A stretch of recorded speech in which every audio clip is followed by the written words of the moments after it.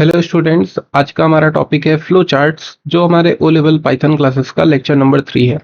Previous video में हमने discuss किया था एल्गोरिदम के बारे में। तो आज हम डिस्कस करेंगे हमारा नेक्स्ट टॉपिक फ्लो चार्ट्स। तो सबसे पहले स्टार्ट करते हैं और समझते हैं कि फ्लो चार्ट है क्या। What is the flow chart?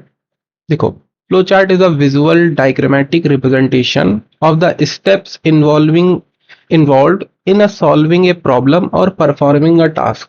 किसी भी काम को करने में जो स्टेप्स इन्वॉल्व होते हैं, अगर मैं उन्हीं स्टेप्स को विजुअली रिप्रेजेंट करता हूँ, ग्राफिक्स के रूप में रिप्रेजेंट करता हूँ, तो उसको हम फ्लो चार्ट बोलते हैं।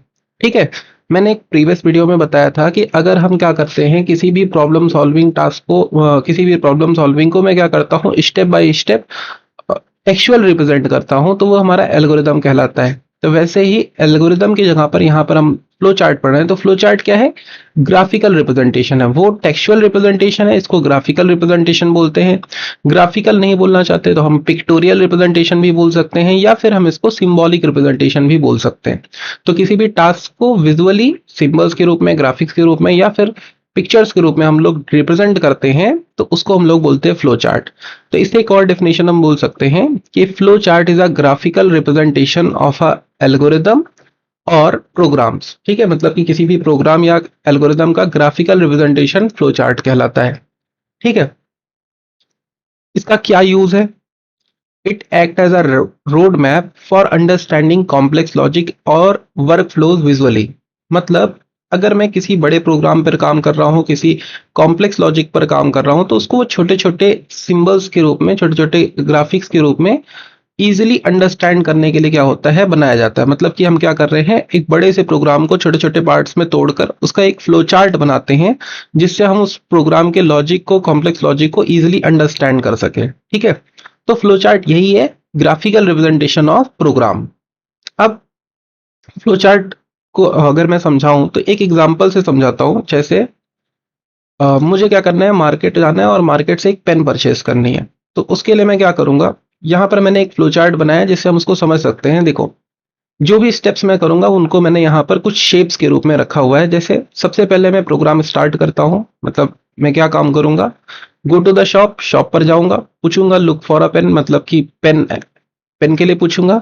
इस पेन अवेलेबल, अगर पेन अवेलेबल है, yes, then buy pen, return home, end. ठीक है, सिंपल लॉजिक। अगर मैंने पूछा और पेन अवेलेबल नहीं थी, तब क्या होगा, go to the another shop और फिर लुक फॉर अ पेन, फिर से वही प्रोसेस रिपीट, पूछेंगे पेन है, अगर अवेलेबल है तो खरीदेंगे, वापस आ जाएंगे।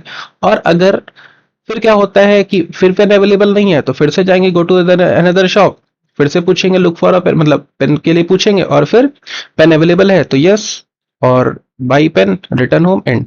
तो मैंने यहाँ पर एक फ्लो चार्ट बनाया है, जिसके अंदर हम क्या कर रहे हैं, अपने फ्लो को बता रहे हैं कि मैं कैसे मार्केट से एक पेन परचेज करूंगा। ठीक है। तो हम दुकान पर जा रहे हैं, पेन के लिए पूछ रहे हैं, अगर अवेलेबल है तो लेकर वापस आ रहे हैं, नहीं है तो हम दूसरी दुकान पर जा रहे हैं और सेम प्रोसेस रिपीट कर रहे हैं। ठीक है। तो इसको रिप्रेजेंट करने के लिए जो मैंने बनाया, इसी को हम लोग बोलते हैं क्या, फ्लो चार्ट। जिससे हम इजीली अंडरस्टैंड कर सकते हैं किसी भी प्रॉब्लम को, या किसी भी प्रॉब्लम को अंडरस्टैंड मतलब रिप्रेजेंट कर सकते हैं कि कैसे हमने स्टेप्स लिए। ठीक है। तो इसको बोलते हैं फ्लो चार्ट। अब किसी भी फ्लो चार्ट को बनाने में ये जो हमने सिंबल्स यूज किए हैं, जैसे यहाँ ऊपर ओवल शेप यूज किया है, यहाँ पे रेक्टेंगल यूज किया है, यहाँ पर रोम्बस जैसा सिंबल यूज किया, तो आप समझो यहाँ पे अलग अलग हम सिंबल्स यूज कर रहे हैं। तो ऐसा नहीं है कि रैंडमली कोई भी सिंबल हम बना सकते हैं। इसके लिए एक पर्टिकुलर रूल होता है, इसके लिए एक कुछ सिंबल्स को स्टैंडर्डाइज करा गया है कि आप उन्हीं सिंबल्स को यूज करोगे। तो समझाता हूँ। देखो, a few symbols are needed to indicate the necessary operation in flow chart. मतलब कि कुछ सिंबल्स को रिजर्व करके रखा गया है। जैसे यहाँ पर मैंने कुछ सिंबल्स रिप्रेजेंट करा है, जैसे कि देखो, ओवल शेप है, पैरेललोग्राम है, रेक्टेंगल शेप है ना, सर्कल हो गया, पेंटागन हो गया, फ्लो लाइंस हो गई। ठीक है। तो ये सब क्या है, ये सब सिंबल्स हैं जिनकी मदद से हम क्या करते हैं, बनाते हैं। ठीक। और ये सिंबल्स क्या है, these symbols have been standardised by American National Standard Institute, ANSI. ठीक है। मतलब इसके द्वारा स्टैंडर्डाइज करा गया है। स्टैंडर्डाइज होने का मतलब क्या है कि कोई भी प्रोग्रामर, कोई भी डेवलपर, कोई भी पर्सन जो फ्लोचार्ट डेवलप करेगा, फ्लोचार्ट बनाएगा, वो इन्हीं सिंबल्स का यूज करेगा। और हर एक प्रोसेस को दिखाने के लिए एक पर्टिकुलर सिंबल है, और मैं भी उसी प्रोसेस को दिखाने के लिए उस सिंबल का यूज करूंगा, तुम भी वही यूज करोगे, अदर लोग भी वही यूज करेंगे। ठीक है। तो बेसिकली हर एक प्रोसेस के लिए एक सिंबल रखा गया है, जिसको सारे सारे पर्सन क्या करेंगे, यूज करेंगे। इसके बाद नेक्स्ट टॉपिक आता है, हम इसमें हर एक सिंबल को समझते हैं किस सिंबल से क्या प्रोसेस होगी। तो सबसे पहला है हमारा टॉपिक स्टार्ट स्टॉप। अगर मुझे फ्लो चार्ट में स्टार्ट या फिर स्टॉप को दिखाना होता है तो हम यहाँ पे एक सिंबल यूज करते हैं, ओवल शेप, ठीक है, या इसको हम टर्मिनेटर भी बोल सकते हैं।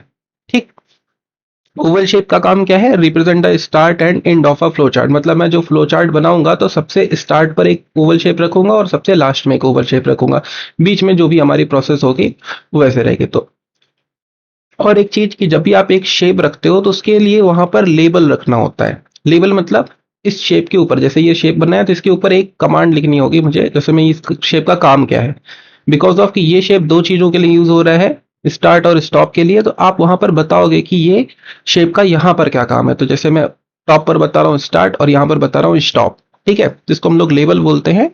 तो इसका लेबल क्या होगा, यूजुअली कंटेन वर्ड स्टार्ट और एंड। ठीक, तो हमारा ये पहला शेप हो गया जो हम लोग स्टार्ट और स्टॉप करने के लिए यूज करेंगे फ्लो चार्ट को। दूसरा शेप है हमारा इनपुट आउटपुट का। इनपुट आउटपुट को रिप्रेजेंट करने के लिए हम लोग यूज करते हैं हमारा पैरेललोग्राम शेप। ठीक है, तो रिप्रेजेंट द डेटा एंटरिंग और लीविंग द सिस्टम। अगर आपके फ्लो चार्ट में कोई आपके प्रोग्राम में कोई डेटा एंटर हो रहा है, ठीक है, आप कुछ रिसीव कर रहे हो, जैसे आपने एक वेरिएबल बनाया तो वेरिएबल के अंदर वैल्यू ले रहे हो, तो आप यहाँ पर इस तरीके से पैरेललोग्राम बनाओगे और उसके अंदर लिखोगे, जैसे मैं लिख रहा हूँ रीड ए कॉमा बी।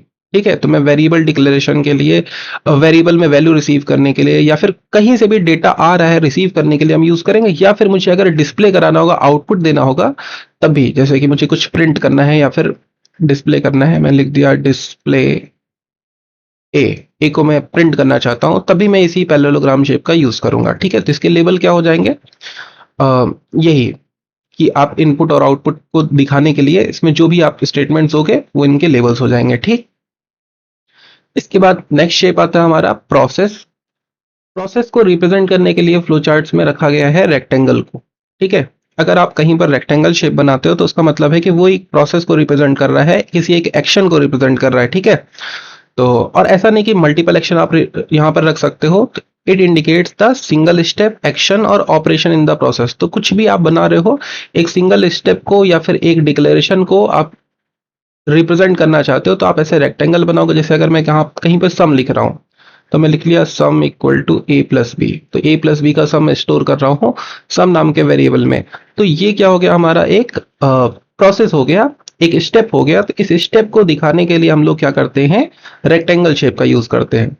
तो क्या यूज है इसका, कहीं पर मुझे कैलकुलेशन करना हो गया या वैल्यू असाइनमेंट करना हो गया, वेरिएबल डिक्लेरेशन, जैसे मैं यहाँ पर ऐसे लिख दूं कि ए नाम का वैल्यू है, उस ए नाम का वेरिएबल, उसकी वैल्यू 10 है। ठीक है, तो ऐसा कुछ डिक्लेयर करने के लिए, या फिर कोई सा भी सिंगल स्टेप का कोई टास्क उसको रिप्रेजेंट करने के लिए, ऑपरेशन को रिप्रेजेंट करने के लिए हम लोग क्या करते हैं, रेक्टेंगल शेप का यूज करते हैं। ठीक, इसके बाद आता है नेक्स्ट हमारा डिसीजन। डिसीजन को दिखाने के लिए यहाँ पर है डायमंड शेप। ठीक है, डायमंड शेप क्या है, अगर आपका जो फ्लो चार्ट है वो मल्टीपल पाथ में डिवाइड होता है, जैसे कि यहाँ पर मैं बताता हूँ, जैसे आपका फ्लो ये आ रहा है, यहाँ पर आप क्या करते हो, यहाँ पर जनरली हम लोग लिखते हैं कंडीशंस। ठीक है, हम कंडीशंस लिखते हैं। अगर कंडीशन सही होती है तो एक अलग रास्ता चूज करता है, कंडीशन गलत होती है तो एक अलग रास्ता चूज करता है, ये ट्रू पर हो गया, ये फॉल्स पर हो गया, या मैं वो रास्ता इधर से भी पास करा सकता हूँ, किन्हीं दो रास्ते को। तो इस सिंपल सा, कहीं पर भी डिसीजन दिखाना हो, कहीं पर भी कंडीशन या लॉजिक दिखाना होता है तो हम लोग डिसीजन बॉक्स का यूज करते हैं, या इसको हम लोग डायमंड शेप भी बोलते हैं। ठीक है, तो क्या काम है, path has usually two branches. ऐसा नहीं जैसे मैंने यहाँ पर तीन बनाए तो तीन मतलब इनमें से किन्हीं दो को यूज करेंगे। ठीक है, तीन रास्ते हैं यहाँ पे, इनमें से किन्हीं दो का यूज करेंगे। और जनरली यस और नो या ट्रू और फॉल्स के लिए होता है कि आप यहाँ कंडीशन लिखोगे, कंडीशन सही होती है तो एक अलग पाथ पर, गलत होती है तो एक अलग पाथ पर। तो बेसिकली अपने फ्लो चार्ट में मुझे डिसीजंस को रिप्रेजेंट करना होगा, है ना, लॉजिक्स को रिप्रेजेंट करना होगा, तो हम लोग इस डायमंड शेप को यहाँ पर क्रिएट करेंगे। नेक्स्ट आता है हमारा फ्लो लाइंस। फ्लो लाइंस कोई शेप नहीं है, ये क्या है, एरोस को यहाँ पर यूज करते हैं, जिनका काम होगा, जो बताएंगे सीक्वेंस या डायरेक्शन ऑफ प्रोसेस फ्लो। मतलब कि आपके फ्लो चार्ट में एक शेप दूसरे शेप से कैसे कनेक्टेड है। जैसे आपने सबसे पहले क्या किया, स्टार्ट किया, ठीक है, तो आप लिख रहे हो स्टार्ट। अब मुझे कोई वेरिएबल रिसीव करना है तो मैंने एक और यहाँ पर बनाया, क्या पैरेललोग्राम बनाया। अब पैरेललोग्राम में मैंने लिख दिया read read A comma B, मैंने दो वेरिएबल को रीड करा। इसके बाद मैंने इसमें क्या करा, एक सम नाम के वेरिएबल में ए प्लस बी लिखा। तो मतलब आप समझो मैंने यहाँ पे मल्टीपल शेप रखे। इन मल्टीपल शेप को आप कनेक्ट करते हो बाय यूजिंग, सॉरी, ये by using these flow lines. ठीक है, फ्लो लाइंस देखो अब ये डायरेक्शन इंडिकेट कर रही हैं कि एक प्रोसेस के बाद ये दूसरी प्रोसेस कौन सी होगी, इसके बाद ये होगा, इसके बाद ये होगा, ऐसे। तो ये डायरेक्शन शो करती हैं और साथ में ही बताती हैं कि कैसे एक शेप दूसरे शेप से कनेक्टेड है। ठीक है, तो इसका क्या यूज है, as a connector link various shape together to form a logical path. तो लॉजिकल पाथ को शो कराने के लिए, अलग अलग शेप्स को कनेक्ट करने के लिए हम लोग फ्लो लाइंस का यूज करते हैं। ठीक है, इसके बाद नेक्स्ट आता है नेक्स्ट हमारा शेप है on page connector. On page connector को शो करने के लिए यहाँ पर सर्कल का यूज करते हैं हम लोग, जो कि क्या करता है, किसी भी फ्लो चार्ट के दो पार्ट्स को, दो डिफरेंट पार्ट को अगर वो सेम पेज पर है तो उनको कनेक्ट करने का काम करता है। तो जनरली देखो इसका यूज क्या है, जैसे ये हमारा एक पेज है, मैं अभी सिंगल पेज की बात कर रहा हूँ। एक सिंगल पेज है, आपने यहाँ पर क्या करा, एक ऐसे अलग अलग शेप से ऐसे ऐसे फ्लो चार्ट बनाते हुए आ रहे हो आप। और क्या होता है कि आपका जो, ठीक है, आपने लॉजिक बनाया और यहाँ पर क्या होता है, ये खत्म हो गया। ठीक है, ये पेज का ये एरिया खत्म हो गया। अब इसके नीचे मैं कंटिन्यू नहीं कर सकता, तो मैं, मेरे पास स्पेस है इधर राइट साइड में सेम पेज पर, तो मैं इस फ्लो चार्ट को कंटिन्यू कर सकता हूँ यहाँ से यहाँ पर। इसके लिए मुझे क्या करना है, एक सर्कल बनाना है, लास्ट में उसको एक लेबल देना है, जैसे मैंने यहाँ पर लिख दिया ए। और अगेन ऊपर स्टार्ट में एक सर्कल बनाना है, उसको एक लेबल देना है ए। तो इससे क्या होगा कि अब मैं वो फ्लो चार्ट यहाँ से कंटिन्यू कर सकता हूँ, जो भी मुझे शेप रहे होंगे, है ना, वो मैं आगे इस तरीके से फॉरवर्ड कर सकता हूँ। तो बेसिकली एक फ्लो चार्ट के डिफरेंट पार्ट को हम सेम पेज पे कनेक्ट करना चाहते हैं, तो हम लोग ऑन पेज कनेक्टर का यूज करते हैं। ठीक है, कि अगर स्पेस अवेलेबल नहीं है तो मैं यहीं से क्या कर रहा हूँ, कंटिन्यू कर दे रहा हूँ यहाँ पर। ठीक है, तो इस तरीके से हम लोग यूज करते हैं ऑन पेज कनेक्टर का। और यही सेम काम अगर मैं डिफरेंट पेज पर करता हूं तो उसको हम बोलते हैं of page connector. Of page connector को शो करने के लिए यहाँ पर पेंटागन का यूज किया गया है, या फिर शील्ड भी बोल सकते हैं। ठीक है, तो शील्ड जैसा शेप या पेंटागन जैसा शेप, रिवर्स पेंटागन। तो इनका यूज करते हैं हम लोग मल्टीपल पेजेस पर। मल्टीपल पेजेस का मतलब क्या हो गया कि जैसे आपके पास एक एक पेज ये है ना, और ये दूसरा पेज है। ठीक है, तो इसका काम क्या है, help in maintaining the logic flow between page one and page two. तो जैसे ये पेज वन है और ये पेज टू है, तो आपने यहाँ पर कोई फ्लो चार्ट बनाया। ठीक है, इस तरीके से आप बनाते हुए आ रहे हो, प्रोसेस हो गई, यहाँ पे आपने ये बनाया, डिसीजन बनाया। अब यहाँ पर स्पेस नहीं है, इस पेज में आपने ऑन पेज भी यूज कर लिया, आपका ये पेज का स्पेस है, कंप्लीट हो गया। अब उस पेज में कोई जगह नहीं है, तो आप क्या करोगे, दूसरे पेज पर जाओगे। जब दूसरे पेज पर जाओगे तब आपको जरूरत पड़ेगी इस पेंटागन शेप की। यहाँ पर आप इस तरीके से इसको रिप्रेजेंट करोगे और इसके अंदर एक लेबल दोगे ए। और फिर सेम दूसरे पेज पर जाने के बाद फिर से हम पेंटागन शेप बनाएंगे और वहां पे वही सेम लेबल यूज करेंगे। ठीक है, लेबल कुछ भी हो सकता है। तो इससे क्या होगा कि आपके एक पेज से दूसरे पेज पर आप फ्लो चार्ट को कनेक्ट कर रहे हो। ठीक है, तो that is a of page connector. ठीक, तो ये हो गया हमारे सारे शेप्स। इन सभी शेप्स को मैंने एक टेबल में रखा हुआ है, आप इसका स्क्रीनशॉट लेकर देख सकते हैं, है ना, इन फ्यूचर यूज के लिए। तो आप पॉज करके इसका स्क्रीनशॉट ले लेना। फिर देखो, मैं एक एग्जांपल करके दिखाता हूं, जैसे design and flow chart to add two numbers and display the result. मतलब कि दो नंबर्स का सम निकालना है, उसका हमको क्या करना है, एक फ्लो चार्ट क्रिएट करना है। तो हम क्या करेंगे, देखो, किसी भी फ्लो चार्ट में सबसे पहला जो स्टेप होता है, जैसे एल्गोरिदम में सबसे पहला स्टेप होता है स्टार्ट, तो वैसे यहाँ पर भी क्या है, आपको सबसे पहले बनाना है स्टार्ट। तो उसके लिए मैंने यहाँ पर क्या कर लिया, ओवल शेप यूज कर लिया और उसके ऊपर लिख दिया स्टार्ट।